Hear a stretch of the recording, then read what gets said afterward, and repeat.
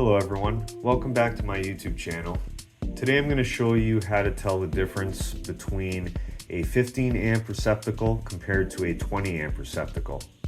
Okay, starting on the left, this is your 15 amp receptacle, and you notice where a plug goes in with the prong, it's vertical or straight. Okay, and it will also tell you right on this metal tab right at the bottom here. Might be hard to see, but it's there. Okay, and of course it'll be on a box, obviously. Okay, for a 20 amp, quick way to tell, if you'll notice where the prong goes in, this is almost like a sideways T. Okay, you can see the difference. 15 is straight, 20 amp is a sideways T, and it'll always be like that. Okay,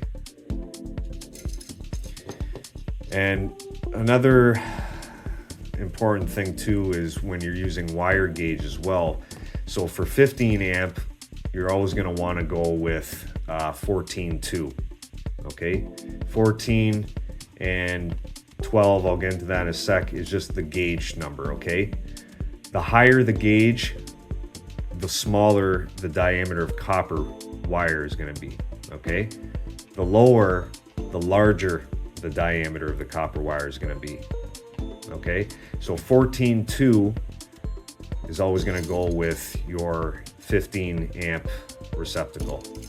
Okay, and the 2 just represents how many conductors are inside. Even though you see here 3, it represents the 2, your hot and neutral.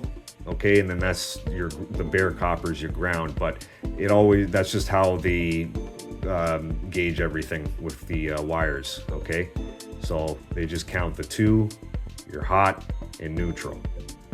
Okay, for your 20 amp, okay, you're going to want to go with 12 gauge or 12.2. Okay, and this gauge is a lot thicker. Okay, like I said before, the lower the number, okay, the thicker the copper wire is going to be. Okay, and you'll notice that I don't have any other gauge of wire for the demonstration of this video, but the lower the number, okay, you'll notice that the copper wire will get larger, and the higher it's going to get smaller. So this is 14. Okay, that's pretty small, and then if it keeps going up more, it's going to get even smaller. Okay, it's backwards with AWG, American Wire Gauge, is what it's called. Okay, but that's just a quick way to tell the difference between your 15 amp and your 20 amp receptacle, and then of course the recommended wire gauge to be using, okay, for whatever application is that you're going about. Okay, so that's just a quick tip on how to do it, or how to tell the difference. All right,